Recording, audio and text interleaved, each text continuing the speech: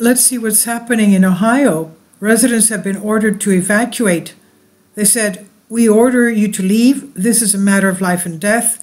And this is today's news. By the way, happy Valentine's Day to all of you. February 14.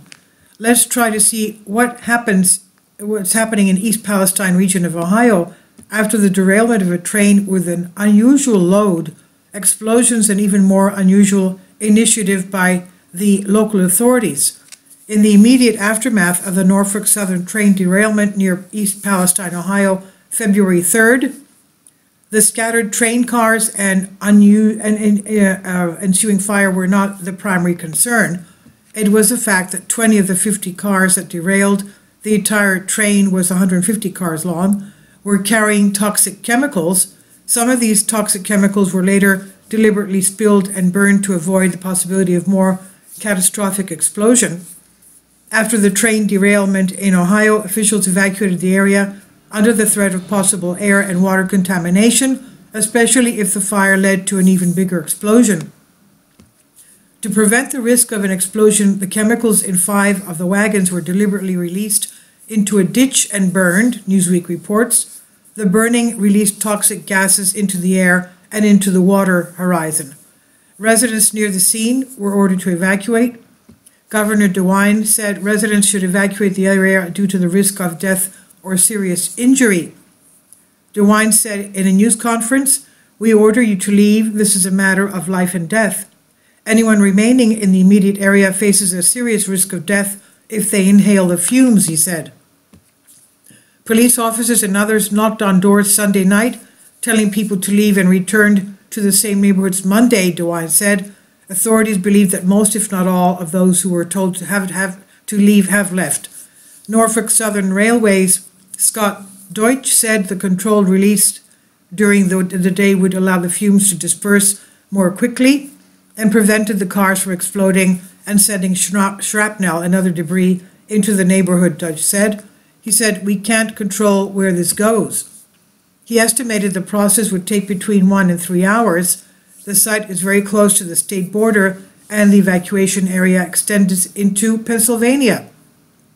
The U.S. Environmental Protection Agency, EPA, is on the scene monitoring air quality across the region.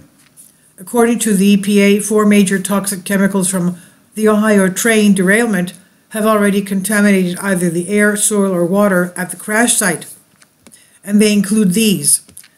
1, vinyl chloride, a highly flammable, colorless gas used to make plastics, is a known carcinogen. 2, butyl acrylic, a flammable clear liquid used in the manufacture of paints, can cause irritation to the skin, eyes, and respiratory system.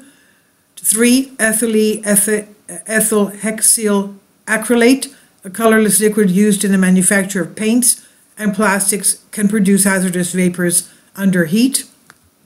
4, monobutyl ethylene glycol, a highly flammable, colorless liquid used to make a solvent, is considered acutely toxic.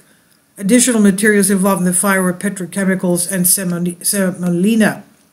Senator Vance, Republican from Ohio, said Monday he was appalled by the Norfolk Southern train derailment, warning that many questions remain unanswered after the controlled release of toxic chemicals engulfed the city.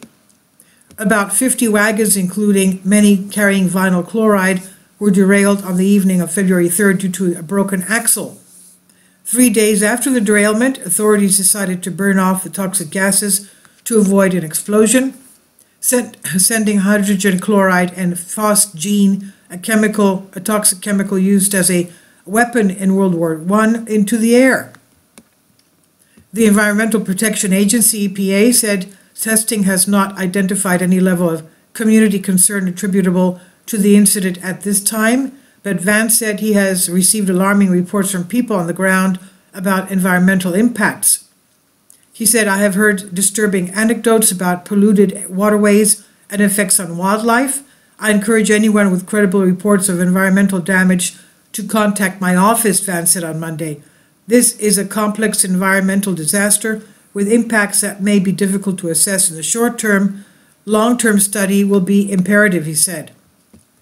Representative Ilhan Omar, Democrat from Minnesota, said the derailment will have a significant negative impact on the health and well-being of residents for decades.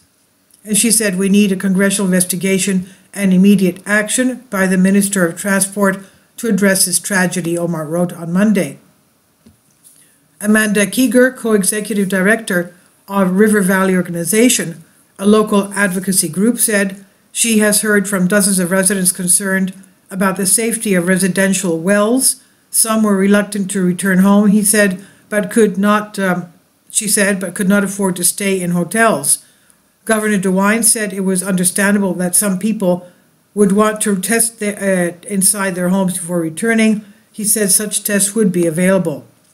Caitlin Schwartzwalder, a resident who owns a dog shelter in East Palestine, a mile from the derailment, said the police and fire department knocked on her door Sunday at 8 p.m.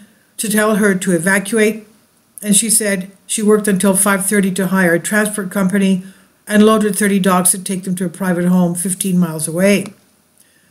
A state EPA official said some chemicals had reached local waterways and were immediately toxic to fish.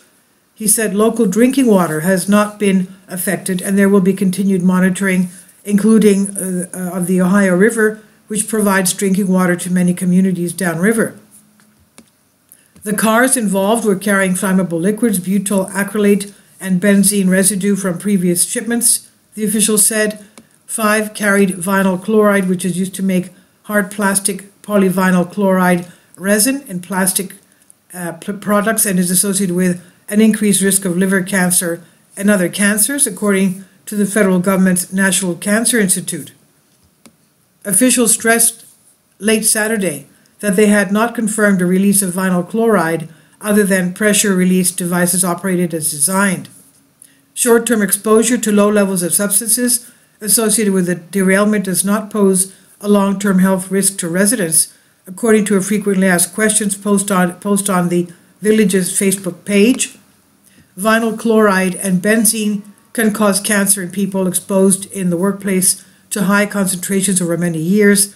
However, there is no indication that any potential exposure that occurred after this derailment increased the risk of cancer or any other long-term health effects in members of the community.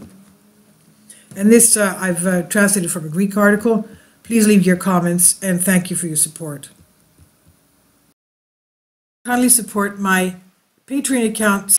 The daily posts are 5 videos daily and they are totally different from what I have on my YouTube channel. Thank you so much for your support and that you find all my content so interesting. You'll find the Patreon account details in the description box.